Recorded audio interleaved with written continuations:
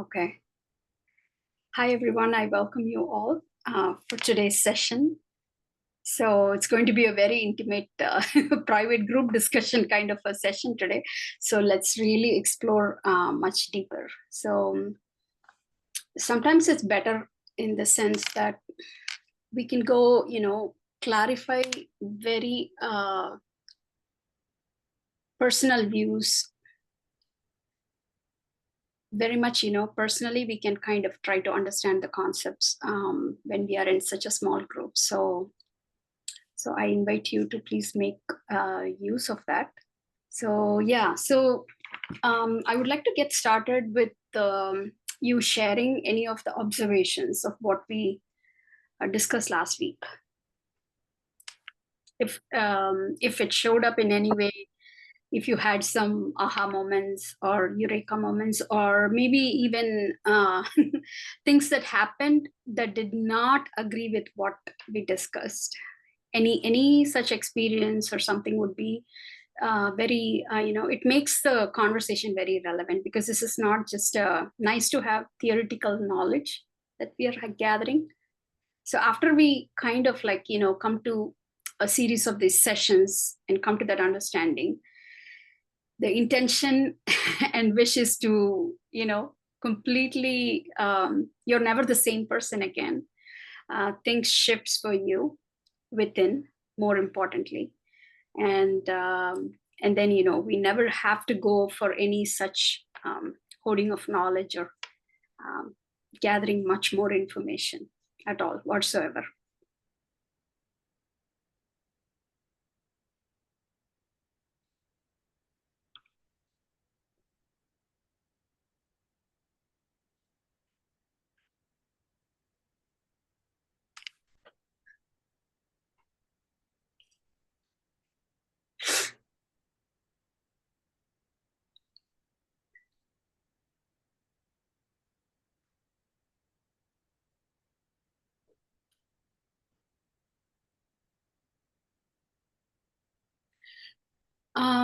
Let me phrase the question in a different way. Yeah, please go ahead, Anjana.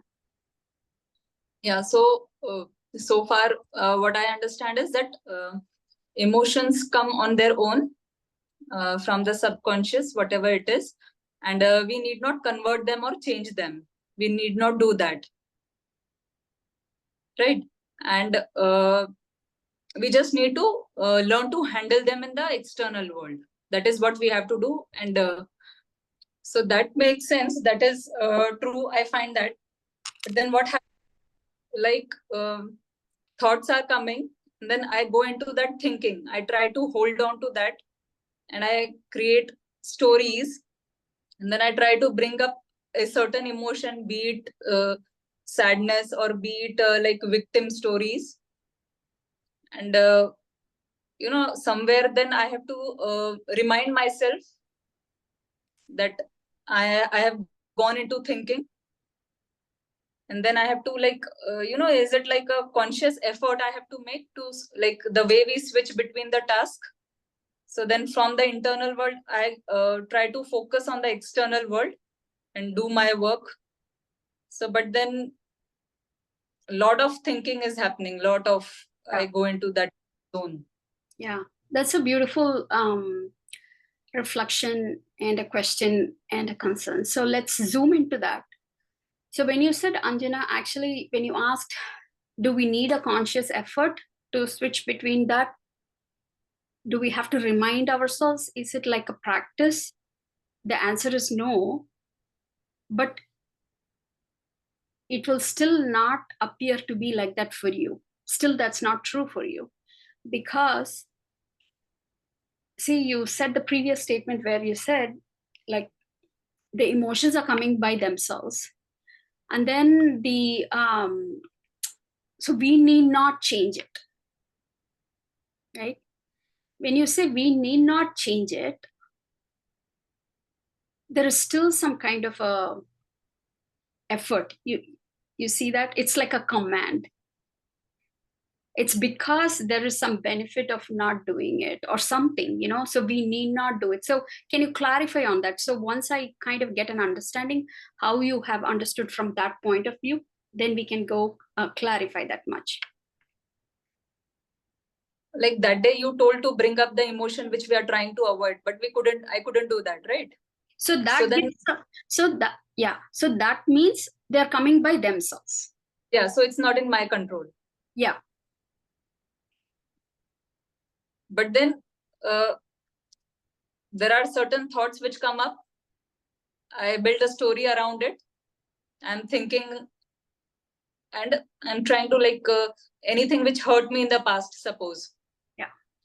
So that I'll create that again, it will replay in my mind. And then again I'll cry, I'll be sad. But then I have to remind myself that, you know, are you trying, you're understanding like what I'm saying? Totally, I get you. My question is, zoom into that. It's okay. Everybody does this, Anjana. You're not alone. So don't. Thank you for being so open and vulnerable. I do it. Everybody does. We get into the stories and we act out that part. We get so involved as though we are going to get Oscar awards for that. But then we realize it's just, whatever. But then, so what I'm trying to point out is we did not say that we have to stop it or we have to not do anything about it, right? So we just observed. What the exercises we did is to observe, like, okay, am I the one who's creating those emotions? Or are they having their own like wish? They're coming by their own. Then we figured out that yes, they're coming at their own will. And so do I have control on that? No. But then I'm just curious and I want to zoom in when you said we need not control it. So can you talk about that, please? What do you mean by that? Like whatever is coming, so I just need to accept whatever is coming. That's what. See, when I say I need to eat this, it's a necessity. I have to, I should, I must. So these are all the things that we feel like somehow automatically it implies that there is an effort. There is we have to do something, right? It's our responsibility. You see that? Yeah. When I need to do that, that means it's I'm so responsible. But when we also, what we discuss, so that's what I wanted to say. Like, so last week we just observed that we did not have control of that, but we did not speak about handling it yet. So naturally you come into the next step where I know this is coming naturally. I discovered that it is out of my control, even that you discovered. So then I need not do anything, in the sense like, again, there is just that bit of a strategic approach. You see that? Yes. Okay. But there is a different way of saying I need not do that, in the sense, how do I put it? Okay. So say, for example, we have a neighbor and their doorbell is ringing. So we are totally not responsible for what's happening in the neighbor's house. So then obviously we wouldn't be doing anything, right? We don't insist that, oh, I need not go open the door because it is neighbor's house.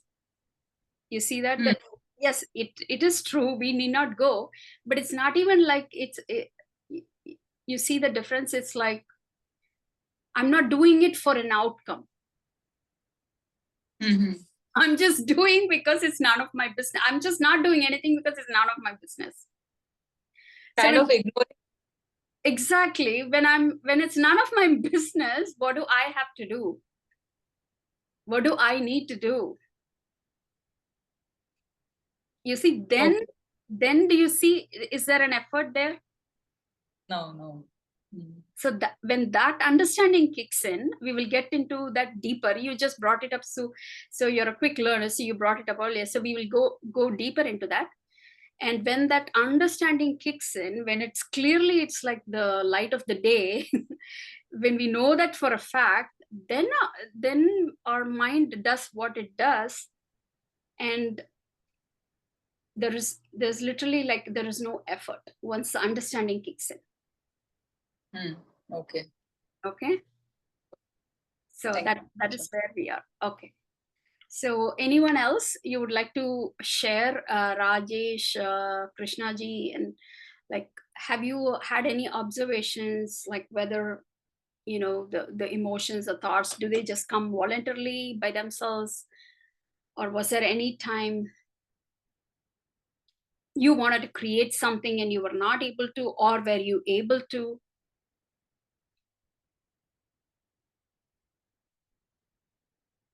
Because I know for sure when something goes into our mind, there is this thing obviously running behind. The processor will always run, and it will always start to look for evidences, either for or against the new concept that went in.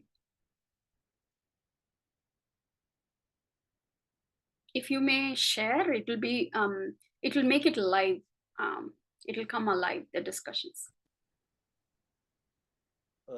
Yeah, it's for me, sometimes for no reason at all, mind goes a little bit agitated and sometimes it comes down.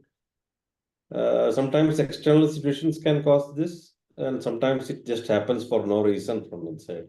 That's what I felt. Yeah, thank you. So, yes, was it Anjana? Were you trying to say something? Okay, I heard a sound. Okay, so the first place of discovery is, it's not something we are inventing. We are not trying to make up something. First, we become curious and open, and see all this thing is the things that is causing stress is all these heavy heavyweight emotions, right? So even those emotions, or even joy or love or whatever kind of an emotion, the first discovery is that they're coming on its own accord. From where, why, the logic, we will see that later. Like how Rajesh said, sometimes the external situations causes it, most of the times it causes it, but then other times we don't even know, we don't even think that it's relevant. Like everything is going well, but still I feel anxiety, still I feel worried about something, or for no reason I'm feeling okay. I'm feeling calm, and sometimes we even think it's weird. Why nothing so great is happening, but I'm kind of okay. So, and then we have beautiful situations.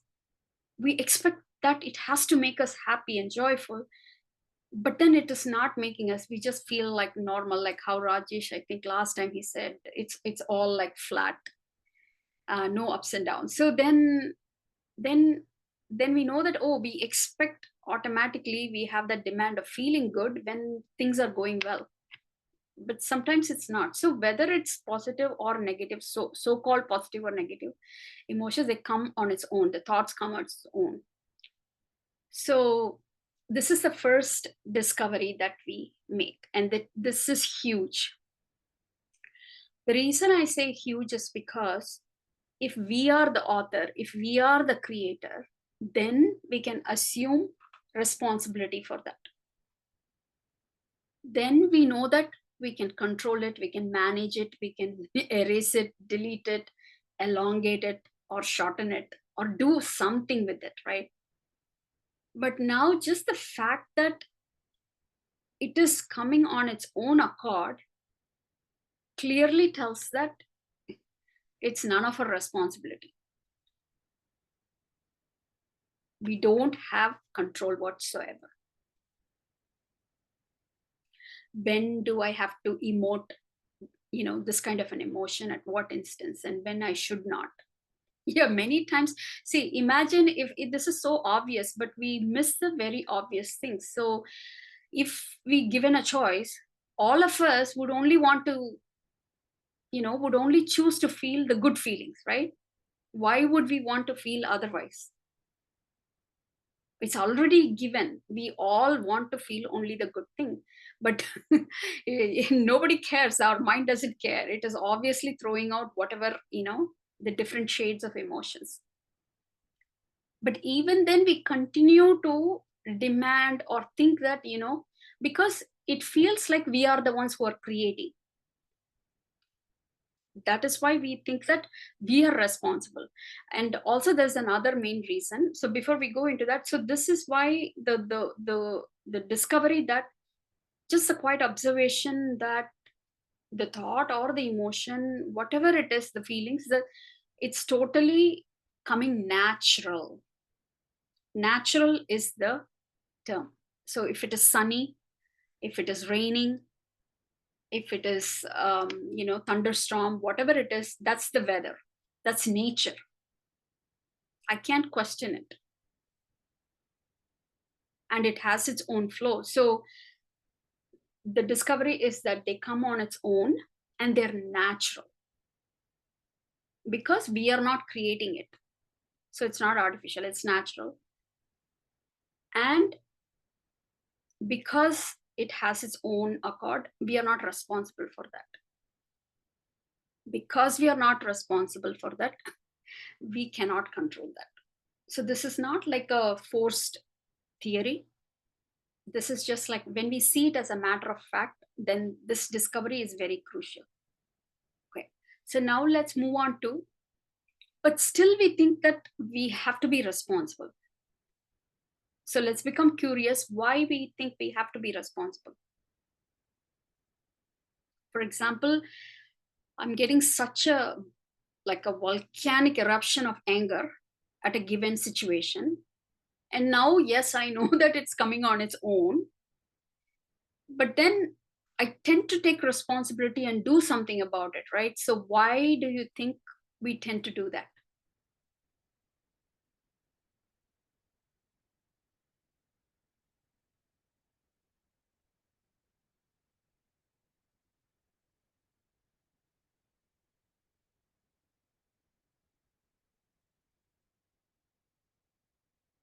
See, we discussed this in the previous sessions too. So suppose, see, whatever is going on within me is just within me. Nobody knows about it. And it's totally a private scene. It's natural. But then when I'm going out in the world, when I'm going out at work or home, relationship or society, we have to behave civilized. So then I don't know how to deal with such a big burst of anger, energy that's coming out. So if I justify that, then I will literally, splash out the person in front of me, because I kind of justify that and I express that. But then if I know that he's my boss, I will modulate it or moderate it and kind of tame it and express. Even I would even try to please, even though I'm like literally bitter on the inside. I try to kind of even I try to please. But then if it is a maid or somebody at home, not that they're low or something, or like not even a maid, like even when close relationship, we have so much of like closeness and intimacy, so we don't even know that we are separate beings, and we just express our anger completely without any filters. So but then we resent it, we really feel bad. If it is a very close relation, we feel that, oh, I have hurt that person, then I feel guilty. So if all that we have on the inside, if we completely express it on the outside without a filter, without modulating it, because we are living in a civilized society, there is always this kind of a need for judgment. need for moderation. But if I don't do that, then I will look like an uncivilized person. And because it has repercussions, so I'm hurting that person, or I'm unnecessarily, going and pleasing that person, or whatever it is. So that is why and then after math, we feel very bad for our behaviors. So basically what I'm trying to say is the actions, we then feel bad for our actions in the way we acted out. Hence, we feel so responsible and we are unable to control that action when such a big force of energy is coming inside of us.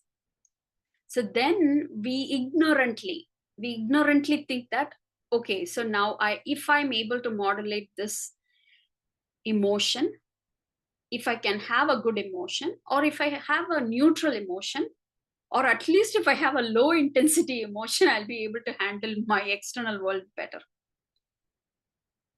So then we take responsibility for all the emotions. So that is why we always because we are all rational beings, we try to figure out what is causing the problem, and then we go try and fix it. So here the root cause is identified as, the culprit that is being identified is this heavy emotion that came, which is why I acted out. Otherwise, I'm really a gentleman, I wouldn't have acted out. And so then if I'm able to manage that emotion, able to cultivate, good emotion, neutral emotion, have it under control, then my actions would be modulated and civilized. So there is no, there's nothing wrong in that thinking. But except that it is our ignorance that we think that the root cause is the emotion is the culprit. So now what we do? Of course, the need and necessity to modulate the external action is a valid thing. Now we also have understood and discovered that the feelings and emotions are coming natural on its own accord. Now what do we do? Any ideas? Because it's even worse than before. At least when we are ignorant, we could say, oh, that it just, the feeling came and I acted out.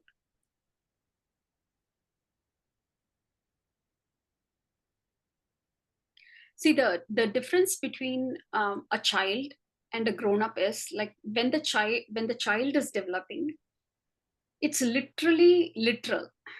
It's black and white. If it likes us, it says, I like you. Otherwise, it says immediately, I hate you, whatever it is. So there is no intellect that is yet developed to kind of modulate, to see, oh, I'm talking to my mom, so I can say anything. Oh, I'm talking to my teacher, I cannot say, maybe at that stage it will start developing, the intellect starts developing. Maybe with the teacher it is scared, it won't say. But even before that early stage, it doesn't think like, oh, they are our guest, we have to be polite. It doesn't think all that. It will just like whatever is inside is natural, that's what is the outside. So for in the child's world, that innocence, internal and external world, is literally the same. So as we grow, when the intellect grows, what is intellect? It's like when we go to a gym, the muscles become strong. We reduce the fat content. So it's literally like that. The intellect is a muscle that is developed out of restraint. It is painful. It is out of restraint that, okay, I cannot express all these emotions as it is. Then something is made to hold back. Like, for example, if I want a candy, I want a candy now. It's crying out, but then we say, no, you can't have it. It is painful because it's bedtime, I can't give you sugar. Then it is painful. But then that's how we kind of like slowly, we try to, the intellect and the emotion comes into picture. Without the intellect, we cannot, like, for example, if we are acting out like children and we have a guest and we say we are so innocent, And we say, oh, what is this kind of a costume you're wearing? It's so awkward.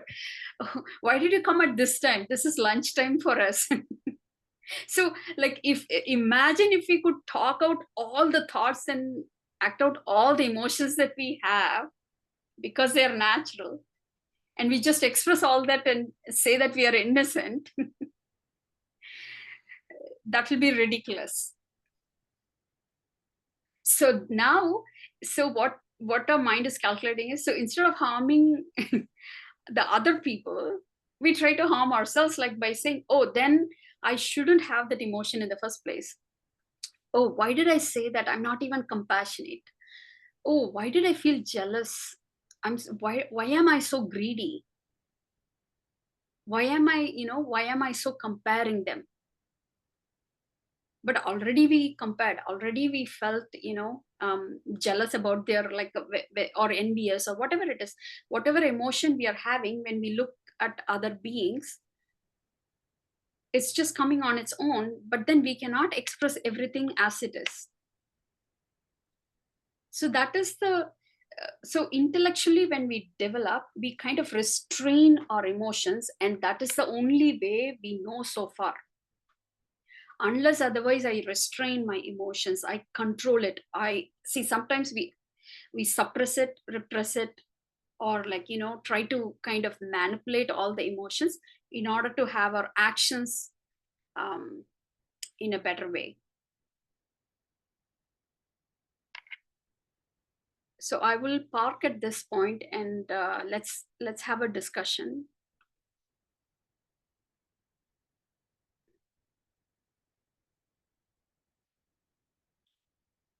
So what do you think is causing you, like, so whenever we are placing a restraint on our emotions, there has to be some kind of a logic reasoning for that, right?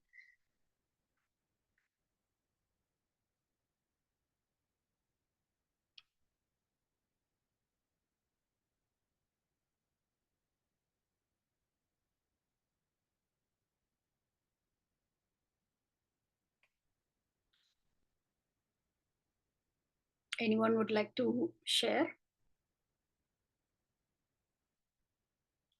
or speak out or discuss? Well, yes, Hi, Hema. Yeah, this is Padmanabhan.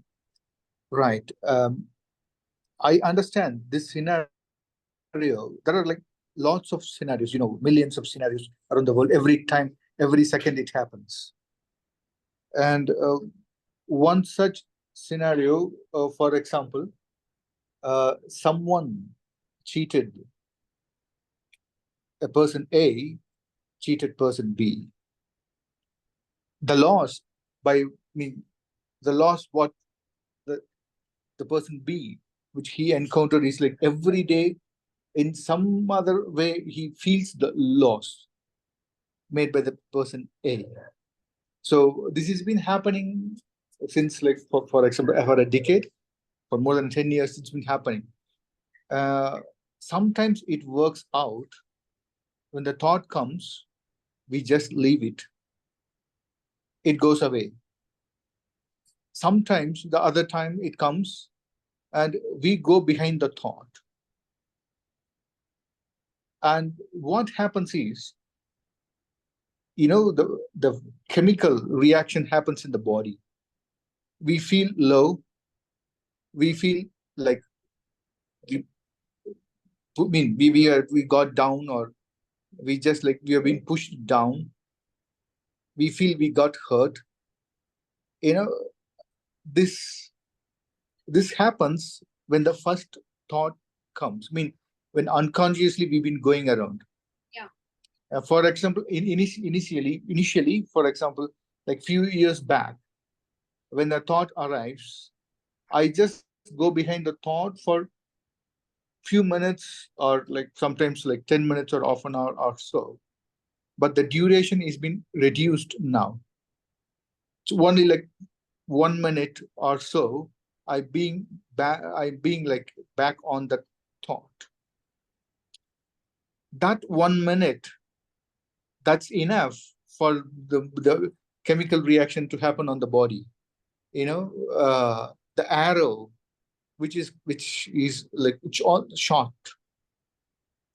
So I'm not like removing the shorten, the arrow and again like punching it back to me.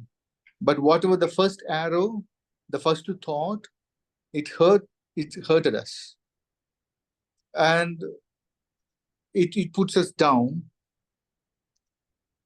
Though like we yeah. Can you frame it like a question? I understood the context. Yeah. So how to like reduce this one? This has been happening. How to take out that first arrow is your question, right? Yeah, that's right. Yeah. You cannot take out the first arrow. Yeah. So we cannot take out the first arrow, and what we can. So whatever we have to go through, yes, we need to go through. Yeah. No, it's not like whatever you have to go through. So the thing is, when somebody betrayed you, it caused you hurt. Yes.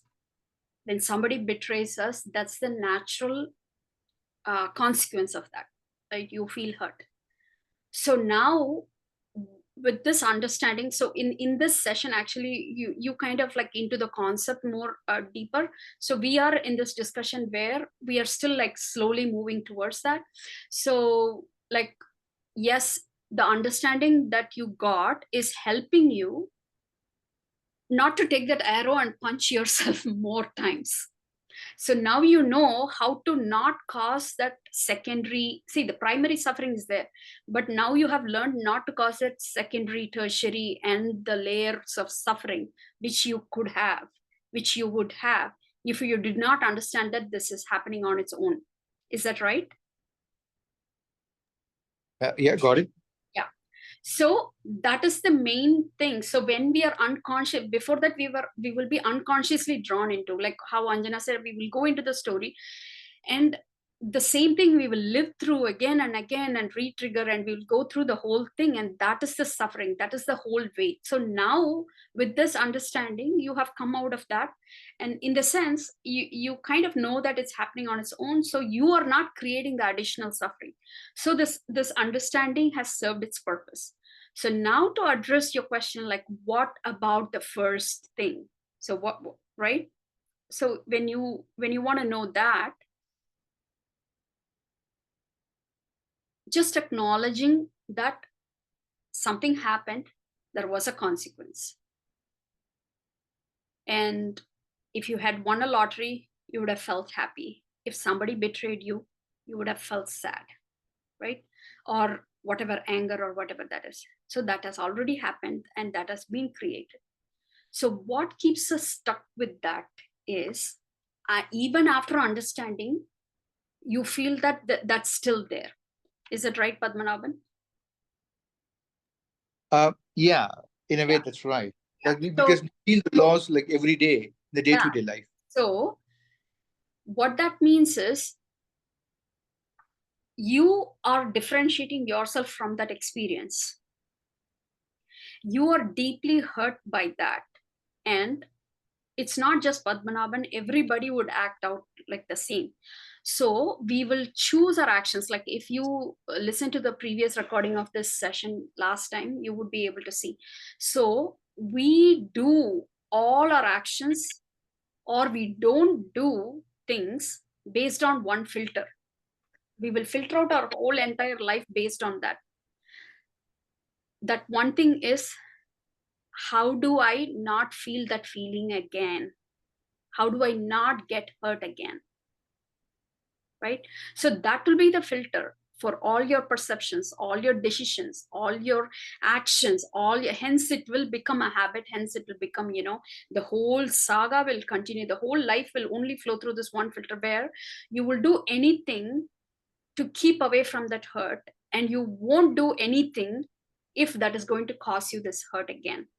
So actually, what we are doing is, we are afraid of that feeling. We never at any point want to feel that hurt again, ever, because we had enough. We know how awful that feeling is. Does that resonate with you? So what, like, was I so naive? How can they betray me like that? Why was I not aware of that? So we couldn't forgive ourselves. First, we couldn't forgive them because they are betrayed. Betrayal, only when we say betrayal, it means that we trusted somebody and they literally, you know, misuse that trust. So first we are so upset and we couldn't, you know, we couldn't let go of them, like, and then we turn into ourselves like, how could I have been so naive? How did I let that happen for myself? So then we are always operating from there on. From after that experience, your entirety will be like, I will make sure this doesn't happen ever again. Now, is this logical? It is very logical. That is why we have all these experiences. If we take the lesson from that and we kind of like, you know, we know how to handle it in the future, that's it. That is what it is intended for. But see, sometimes you could have been so aware, but even then you might have been betrayed or whatever it is. Maybe there is no lesson there. But whatever it is, if we just take the lesson and move forward in the external world and then act out accordingly, that's a different story. But if you really see honestly, we are still stuck with that feeling. We have never come to terms that, yes, I was hurt. How could I be hurt? I shouldn't have gotten hurt. I shouldn't have been betrayed. That's just simply unacceptable. So what I'm saying is, I'm not asking you to accept. Acceptance doesn't come forcefully. Does this resonate with you? So we are still that even single first arrow is coming because it's still that pain is there. It's just that shouldn't have happened.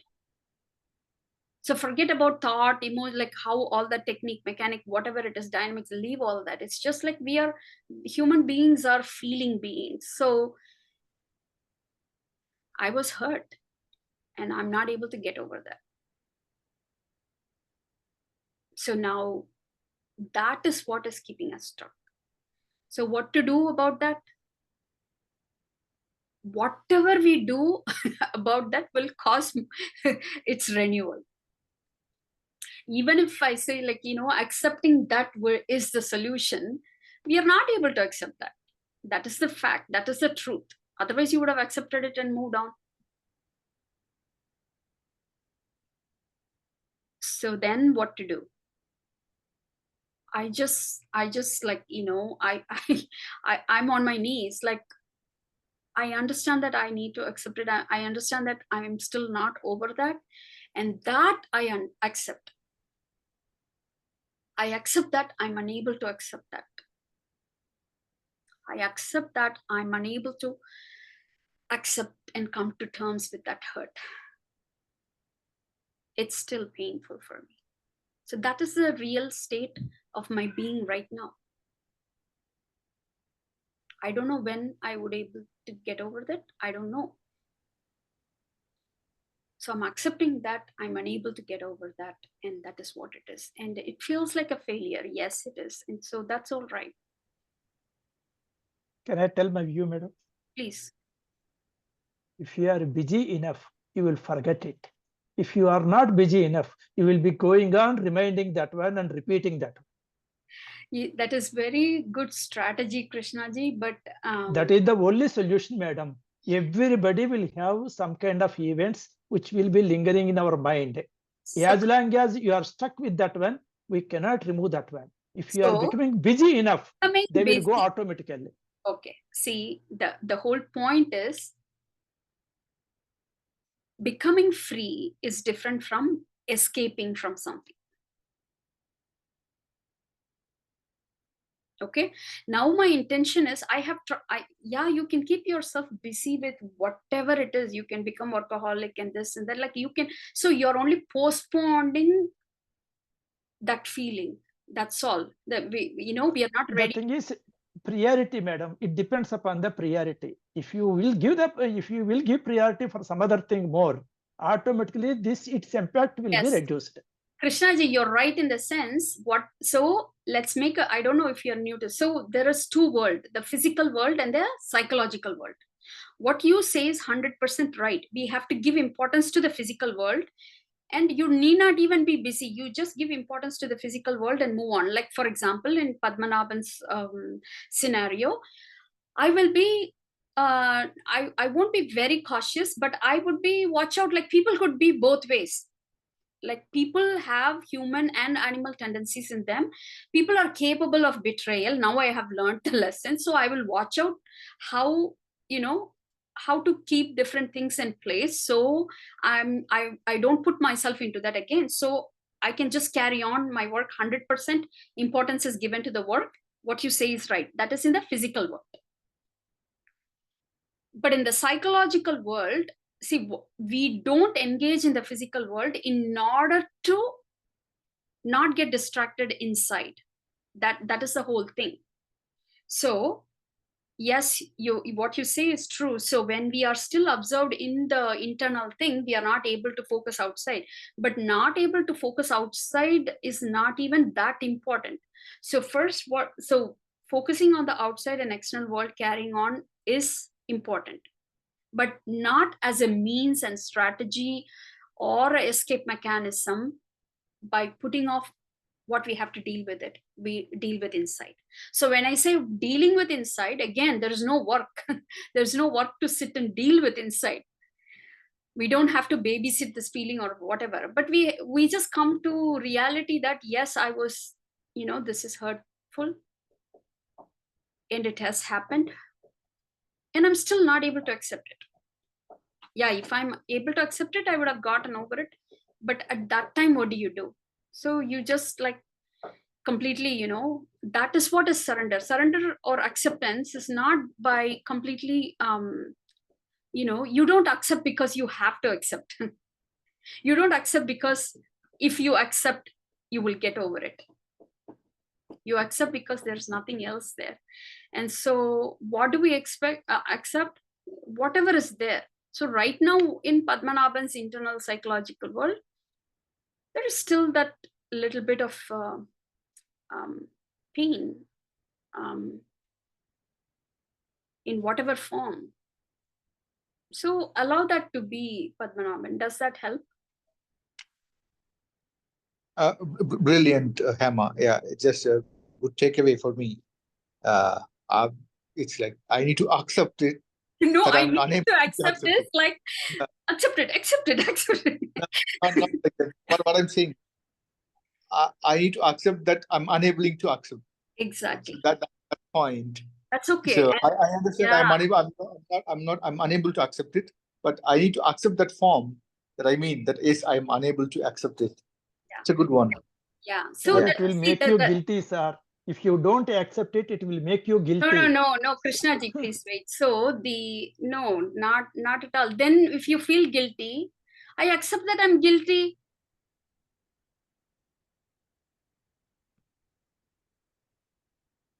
Yeah. So yeah, I'm not getting anywhere in the guilty form. No, what I'm saying is, even if it does, that is what is the reality. That is the weather condition as of now, this moment. Then we accept that is what is there. So acceptance is not really coming to terms. It's just that, like, oh, this is all there is. So then, like, see, what all this thing is like a flower. It has to blossom on its own. We cannot force open a flower, right?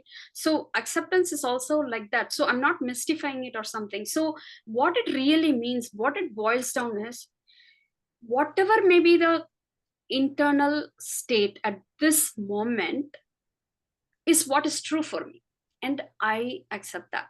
That's all. And I don't try to change it, not even because that is what will lead me to the next leveling up, or will make me free, or whatever it is. That is what is kind of like real acceptance.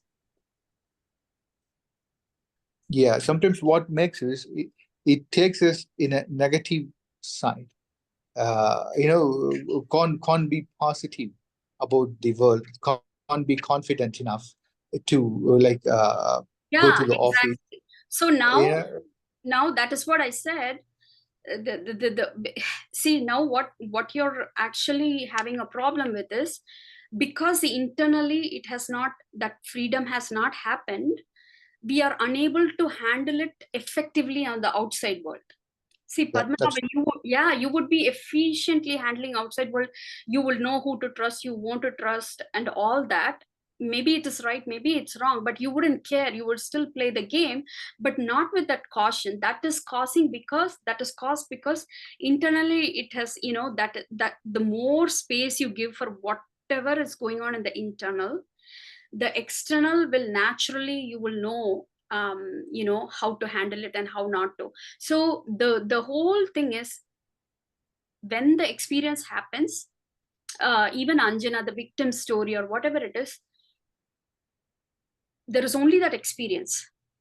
There is no separate. See, as soon as we become an experiencer, then we think that, oh, I shouldn't be having that feeling ever again. We try to guard, we try to put up a fence, we try to put up a wall, we try to put up a big iron mantle around us. And then what happens? We won't be able to connect with anybody because we are working so hard to protect us. And then I cannot establish a connection. I cannot connect with the external world properly, because now everybody looks like thief. Everybody are looking like they are here to cheat me. And so that's all right. That is just exaggerated, and that is okay. We don't have to even go there. So what needs to happen, or like what eventually will happen, is when you allow yourself like tenderly inside to have whatever it is. So how can you demand? It was true for you, Padmanabhan, the person that you trusted so much, they betrayed, that hurt, whatever that is there. So allow yourself to have that and be that. And then yes, it will make your chemical reactions. Yes, it might make you doubt the other person and all that. But this is what it is available. And then slowly that is what is real acceptance. And then it will throw you out immediately. You will see that. But that it's not a strategy. Just ask one question. Is it? I don't know whether it's for today's session. The topic may be different. I don't know. No, that's all right. Is it true with habits also? Like if we have some bad habits, something like, let's say, smoking or something like that, we try to change it, and maybe we are not able to change it. And is it that we accept that, okay, we cannot change it? That's it. That's beautiful. That's it. Yes, you got it. It's very relevant to today's session, what we are discussing, Rajesh. It's like, see, that's what I'm saying. Whatever shows up, that is what is life, and that is what is life, and that is relevant. So anything that becomes a habit, what is habit? It is an unconscious pattern. Whatever unconscious, we cannot deal with it directly. So the more we put up a fight saying that I will do that, I'm not, then you go into guilt, and then again more temptation, again you go back. So then we are creating more and more struggle. So all the unconscious stuff, so all the habits, especially the bad habits, that's what is called addictions or whatever, need to be treated like an unconscious thing. It needs to be considered like the psychological stuff. So we don't have direct power. So yeah, so then you kind of like, yeah, I tried, but one thing is important.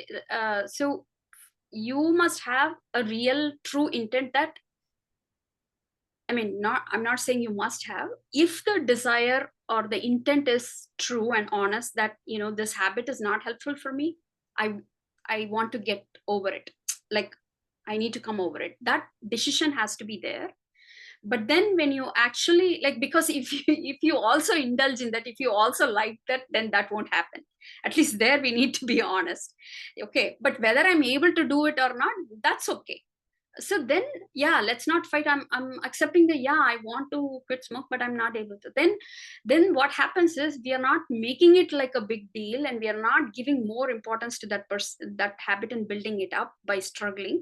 And slowly the frequency would reduce, or the interest you may not even feel interested in that anymore.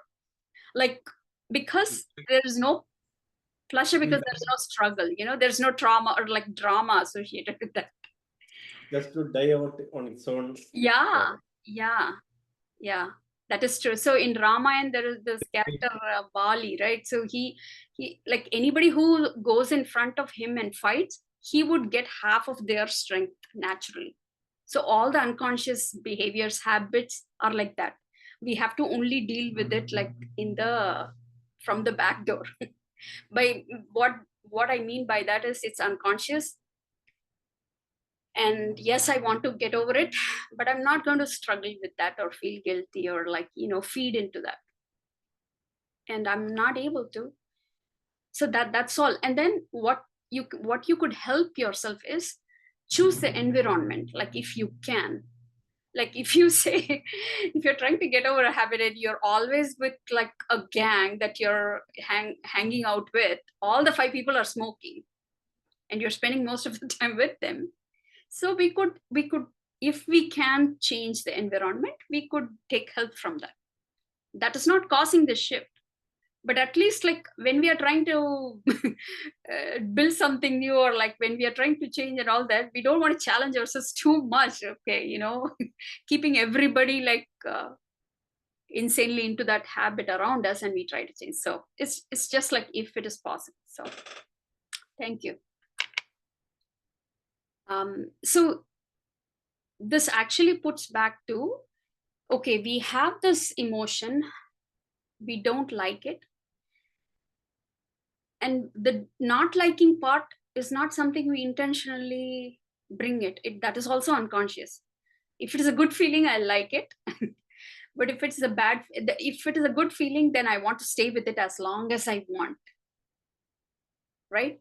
Then what that means is I'm trying to avoid the pain if that good feeling gets over immediately.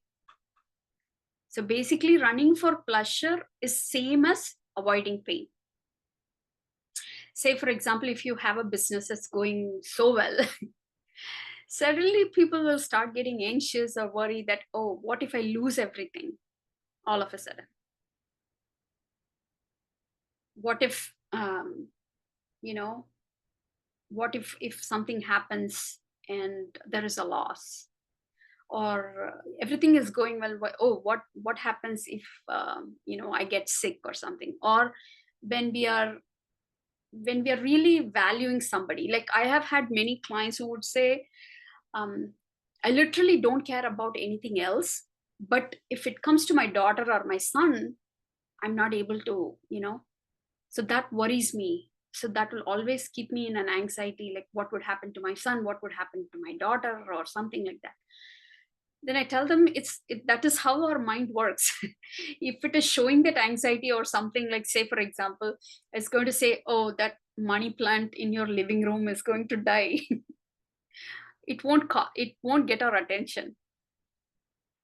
So we get hooked by the emotions and thoughts that are so directly related to our likes and dislikes, or the things that we value much.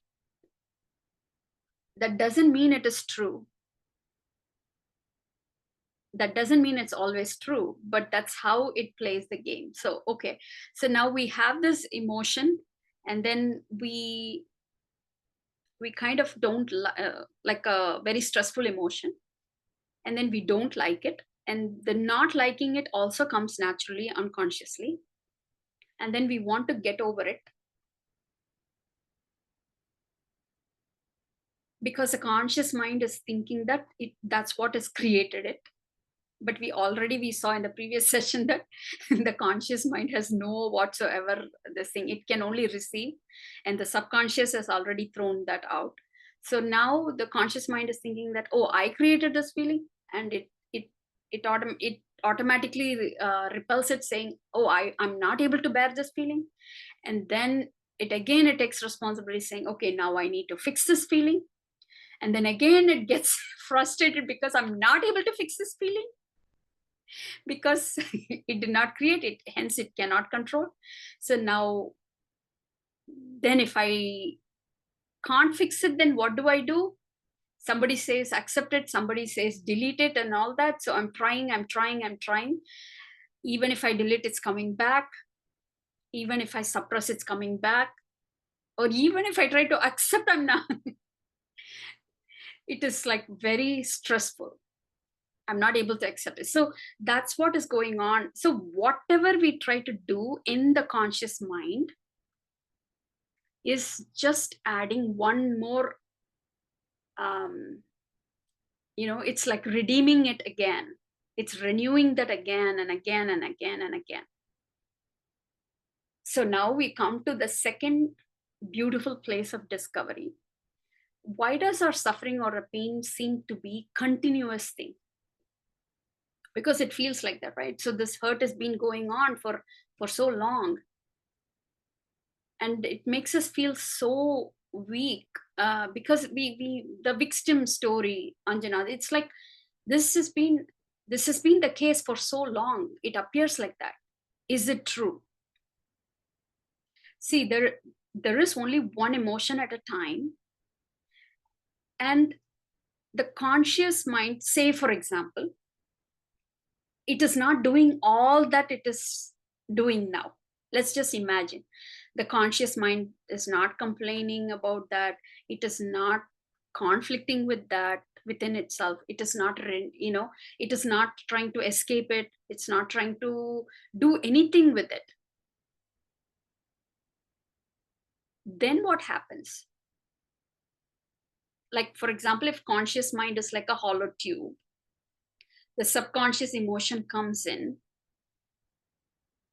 it just flows through. Because we become conscious only when the emotion is just passing through. So if imagine that scenario where the conscious mind is not at all taking responsibility, if it is able to, we will get into that later. So now what happens is this emotion, whatever that the first arrow, that would just come, it will cause up, and then it will go away. It is moving, because any thought, any emotion is energy in motion. So everything is traveling, everything is moving. And only when they're going out, only when they're saying goodbye, we are catching it in the conscious mind. So when the conscious mind is literally not doing anything, it just passes through, that's it. And then there is something else that happens, and then there is another emotion or whatever. So now the renewal of that emotion won't occur. So now the mind will move on to some other problem or something else. So then that story will not appear to be continuing, because it is not continuing. So every time, even Padmanabhan, when you say that hurt, that initial thing, it is not that initial thing that is like, that is always. So whatever we feel, that continuity is because of our conscious mind interrupting and renewing it over and over again. And how does it renew it? By either resisting it or by participating, like, involving with that. So when we ride on that thought and make it into thinking, then we give the continuity. It's not only thoughts, it's like external factors as well. Yeah.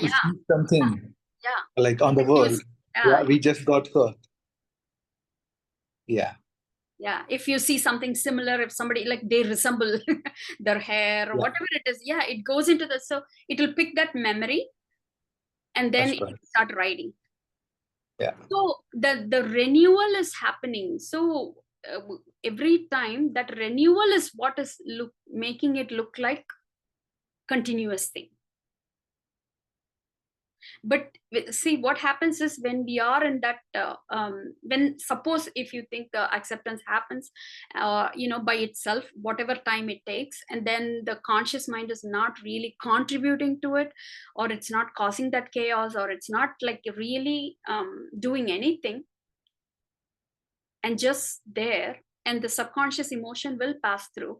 So then, even when sometimes, you see somebody or something, you will not like relate it that way, because that association gets broken. We don't have to do anything about it. But this happens when we don't renew it. So the renewal is also happening. For example, Padmanabhan, in your case, it's happening unconsciously when somebody comes that reminds us. So that is where we will park today. And we will see how how can the conscious mind not renew that contract, or like how is it actually renewing that and making it look like continuous, and what can we do about it. So that is what it is. Like anything that comes is a fresh new thought, it's a fresh new emotion, it's only one at a time. But we feel the continuity, like we feel that, oh my God, ever since I'm born I have this problem. We identify with that so strongly that story defines us, and we live in that narration our whole life.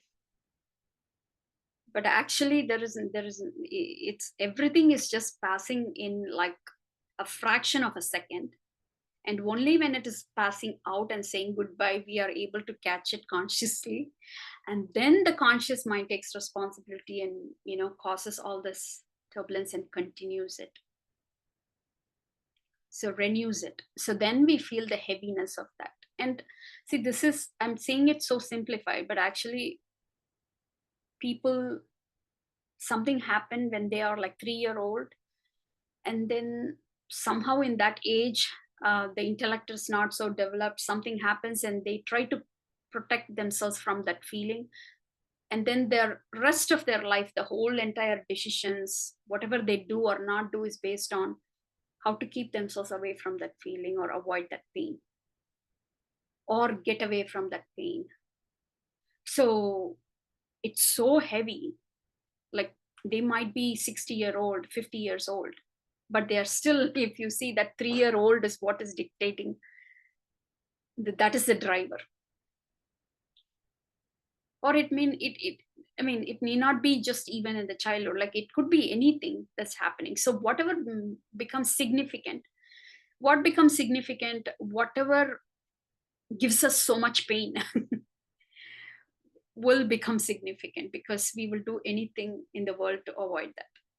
So if end of the day it is just that feeling, one feeling that we are, it is the dance between the pain and the pleasure. So how do we go about it, and what is so what do we do, like how can this conscious mind be? So I said, like, imagine the conscious mind is completely kind of allowing itself and neutral and all that, so without an effort, without doing anything, or like how is that achieved? Like suppose if that is able to happen and we are able to take responsibility for our actions in a very civilized way, our problem is solved, isn't it? Internally we don't struggle, externally we are able to, we are capable of dealing with people beautifully. Then the whole thing is resolved. But that's the irony, like how can I really be acting out so civilized when I have so much of anger? We don't know that yet. And so all these like beautiful things that we are discovering, that emotions and thoughts are coming on its own, we don't have control, and it is all the drama is happening only in the conscious mind. Yes, but then we are obligated, and this is all natural, but then we are obligated to be civilized in the external world. So I have to be responsible and handle things, people, my world in a better way. So now if one knows how to handle their inner world and how to handle their outer world, that's all there is to it. And even before handling the outer world, if one knows how to handle the inner world, naturally they will know how to handle the physical world. And so that's the whole the freedom, the responsibility part of it. And any philosophy, like if you go to existentialism or anything, so the dance between that, so nobody has ever brought us to that place where we kind of like clearly get an understanding in a simple way and able to, this is like totally leveling up. I would say, like, it's like from human beings to flow beings. It's that kind of a leveling up. I'm internally free, but externally I'm able to handle my world and interact with the world beautifully. So that would be the next week's discussion. So please come participate. And if you have anything to share, please feel free to unmute. And I see Neela Kandan. Hi, Neela. Hello, Akka. How are you? Good, good. How are you? Very good. Hi, Sandeep. So yeah, Neela Kandan could also chime in. He has been in the path for quite some time. So when I say we are in this path for quite some time, it doesn't mean any seniority or you have to be in it for some time or anything like that. It's just that we also love to share. So actually, that is also one of the thing in Bhagavad Path. People come, they get themselves sorted out and they disappear because they don't need any more external guidance. They don't need that followership. We don't have to be, we are not creating that loyal membership or anything. So there's such a huge population that get, benefited, and they just move on with life because they become their own light.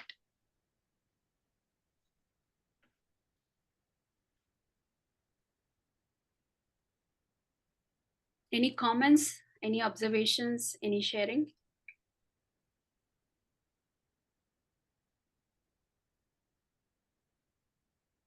Okay, if not, let's wrap up and let's meet next week. Thank you all for coming.